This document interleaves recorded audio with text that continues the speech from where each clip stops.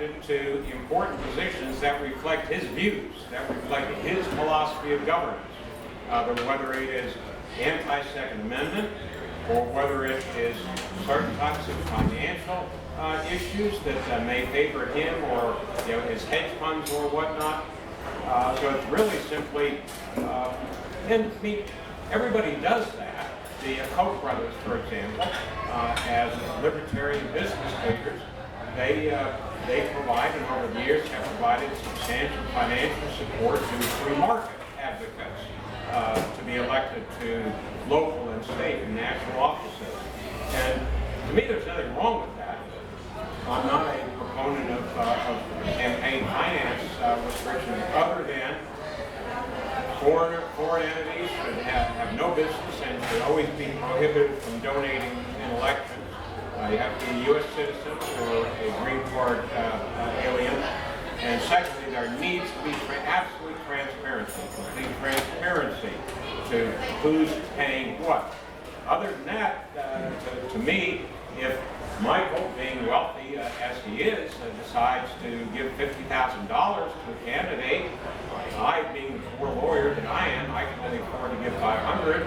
Yep, that's fine. I don't think the government should step in and play favorites. Well, we like these people to be able to give, but not these people because they give more. So George Soros is doing, on the one hand, what we encourage people to do, and that is support candidates that reflect your views.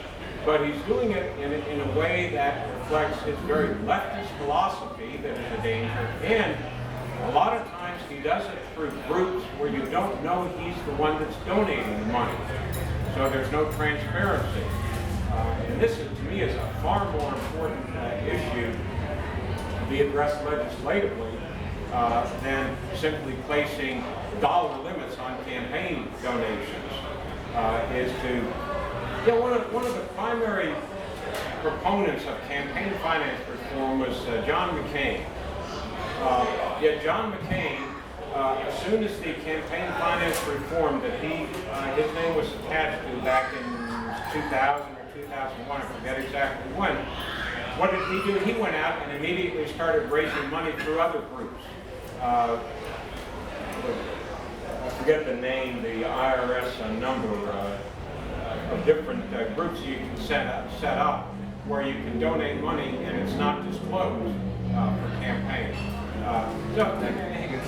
McCain was a terrible hypocrite, like so many of them are up there. But George Soros should not be allowed to give money to campaigns without people, we knowing that it's George Soros, because that gives us a very clear indication of what sort of person he's trying to get elected. Yes. Great to see you again. Glad you're here. Thank you. Like your comments around President Biden's nominee for the head of the ATF. I forget what year it was, but 10 or 12 years ago, Congress decided that the director of ATF, alcohol, tobacco, firearms, and now explosives, what ATF is using an ATF.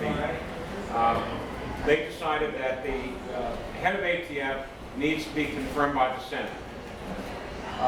Yet, other than just a very small period of time since then, all of the heads of ATF have not been confirmed. They've just been acting.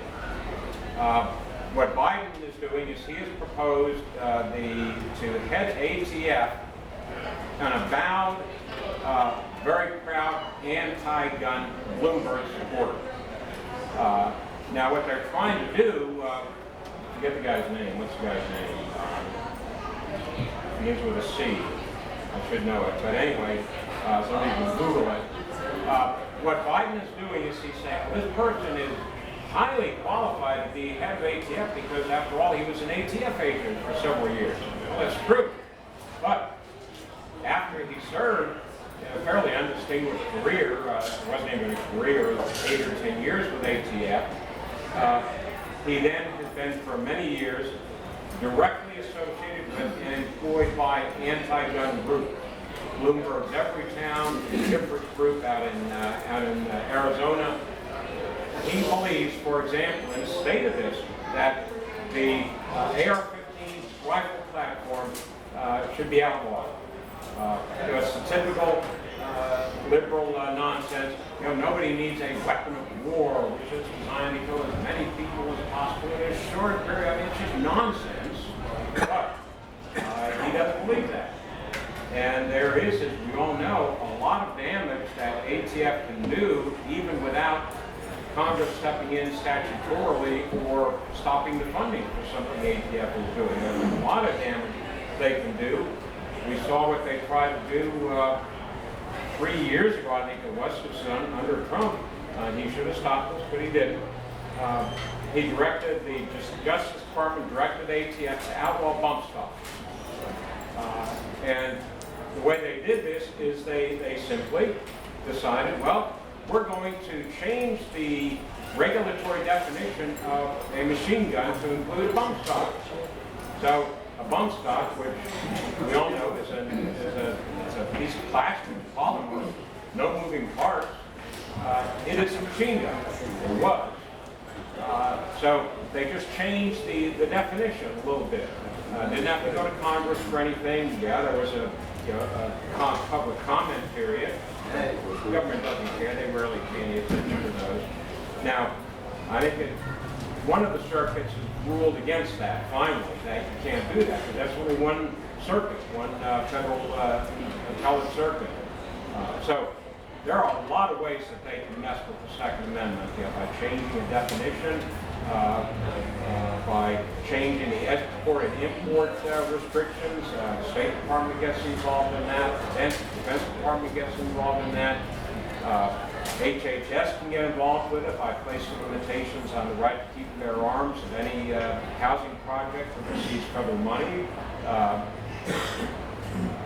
HUD can get involved. I mean, HUD can get involved in it, and then HHS can get involved in it through Social Security restrictions or VA benefit restrictions. I mean, what these bureaucrats can do, if they really are of a mind to, without Congress getting involved in law, is very, very dangerous to the Second Amendment. But putting in charge of the one agency that has primary responsibility for firearms regulatory matters, an avowed anti-gun advocate, is truly outrageous. I pray that he does not get confirmed. Is it Chipman? I think his name is Chipman. David Chipman. Yeah, David Chipman. David Chipman. I got to follow up if I could. By all means. He will be facing confirmation. He is facing confirmation from the Senate. I have heard the family that lives in Montana and friends that live in West Virginia that Manchin and Tester, who is a liberal Democrat in Montana, who's up for re-election, may vote against him. Do you have any inside knowledge or have you heard anything to indicate that either one of those Democrats? I've seen and talked with people that say the same thing. And hopefully that will prevail so that they will not be able to get the 50 votes, and then Kamala Harris can go up there and cast the deciding vote. So, yeah, I've heard that the nomination is not a slam dunk for the administration, and hopefully that will hold true. Of course, we've got two anti-gun liberals here in Georgia now, so they'll, I'm sure, vote for it. But hopefully there will be a couple of Democrats that won't. And of course, we always have to deal with Romney, where he's going to be. And we've got the same problems that Dems do. And we've got a Romney and who's the lady up in Maine? Collins. Susan Collins. Her cousin is married, he said they have been hammering her hard. Hopefully they continue.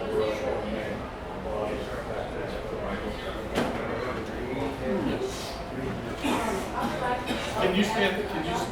I'm not going to ask you to stand up. Okay, but you have to speak. If you can.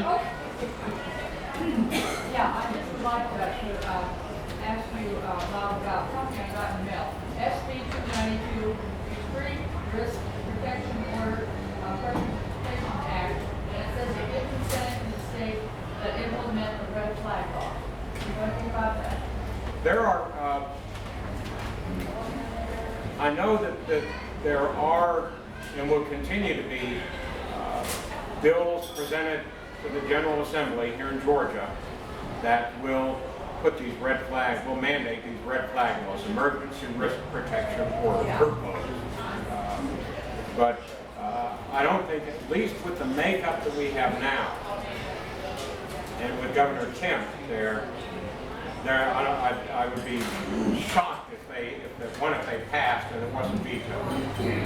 So I think we're okay. The problem with these emergency risk protection orders / red flag laws is that they provide, when you blow away all of the smoke and you actually look at it, it provides that a judge can, without even hearing from the person whose guns are purported to be taken away, a judge can order that.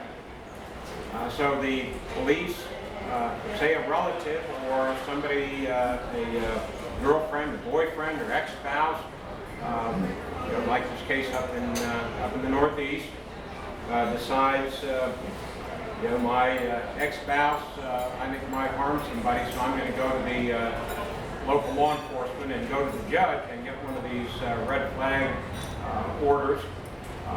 And I'm going to tell them that they don't even have time to have a hearing on it to give the other person the minimum due process of being able to present their case against the order.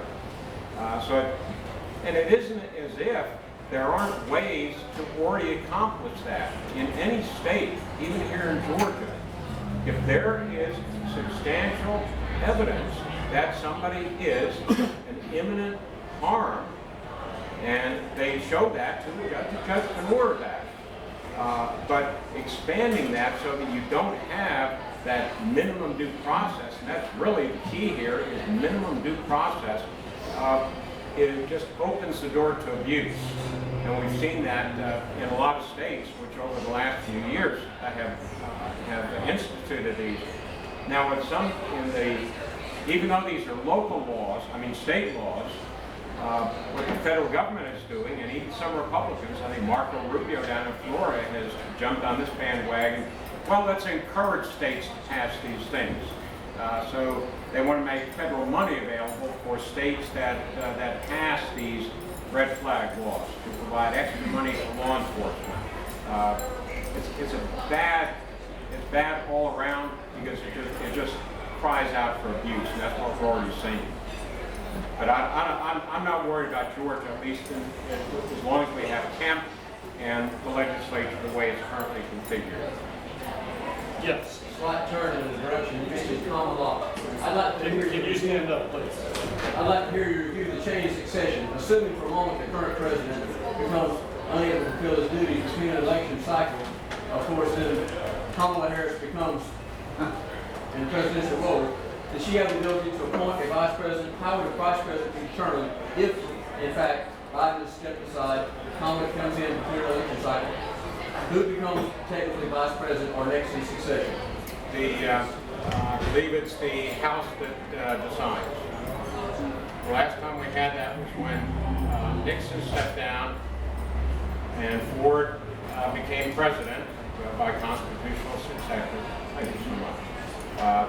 And then Nelson Rockefeller was proposed and voted on by the House to become vice president. Check me if I'm wrong in that, and I don't think it has to go to both Houses and Congress. I believe you're correct. So it's possible that the House could elect the House Speaker if they wish to as the vice president. Sure. Yeah, wouldn't that be delightful?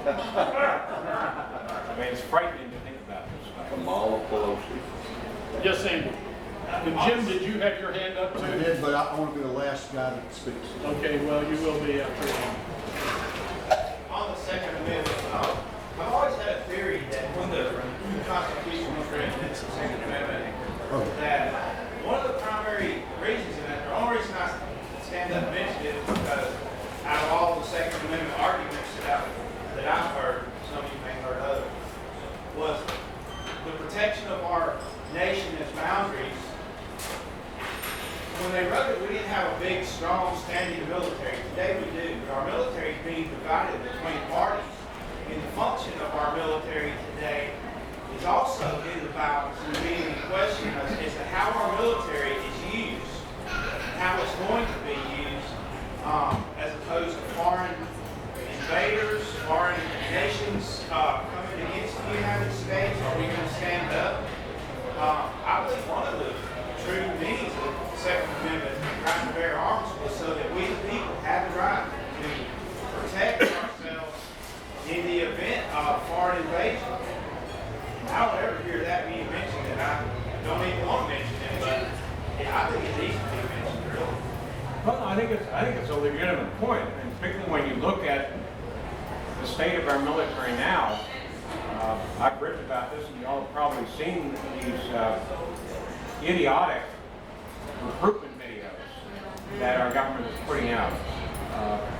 And I have yet to see a clear public statement by our Secretary of Defense about what our national defense needs are and purposes.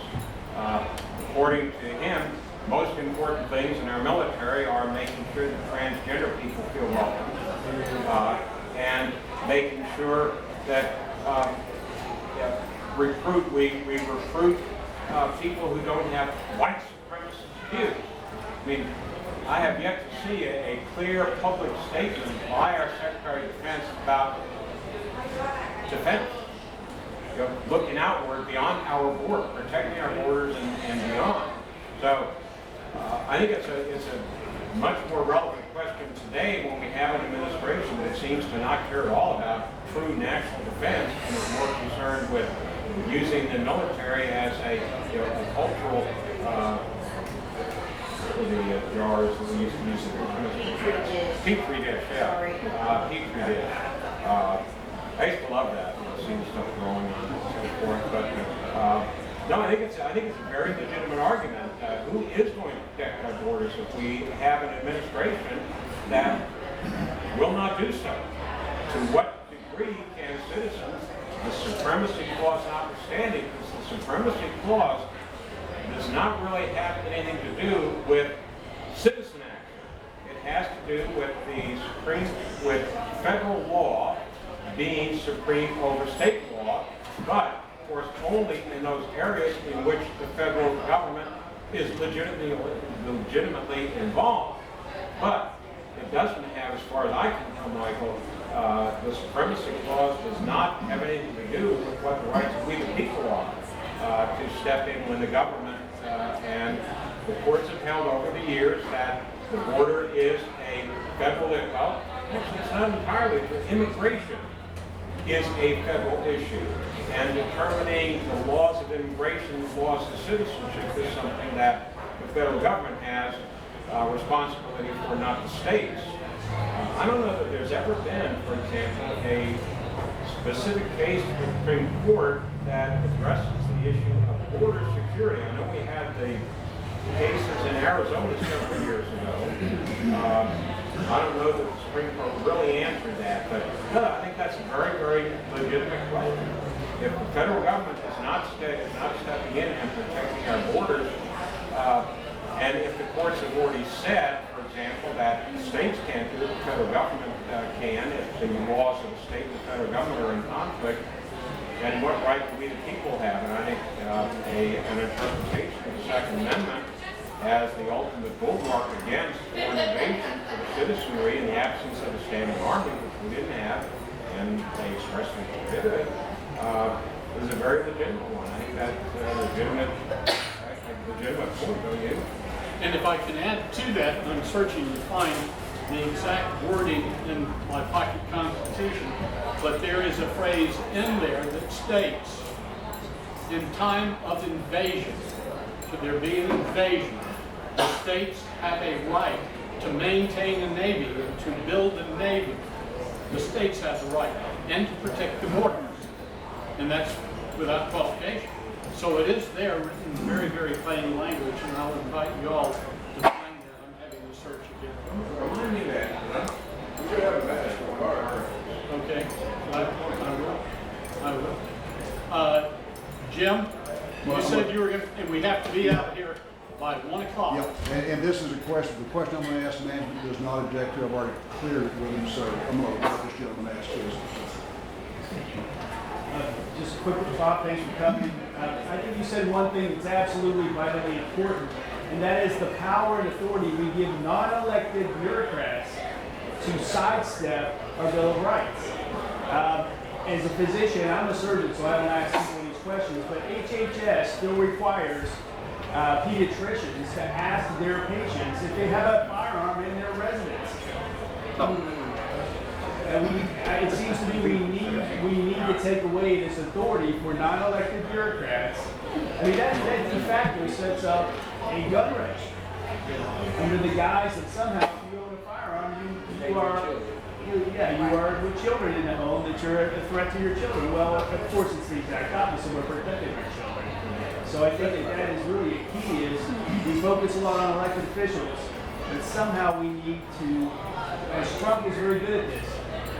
Take away the regulations, take away the regulatory authority of some of these bureaucrats.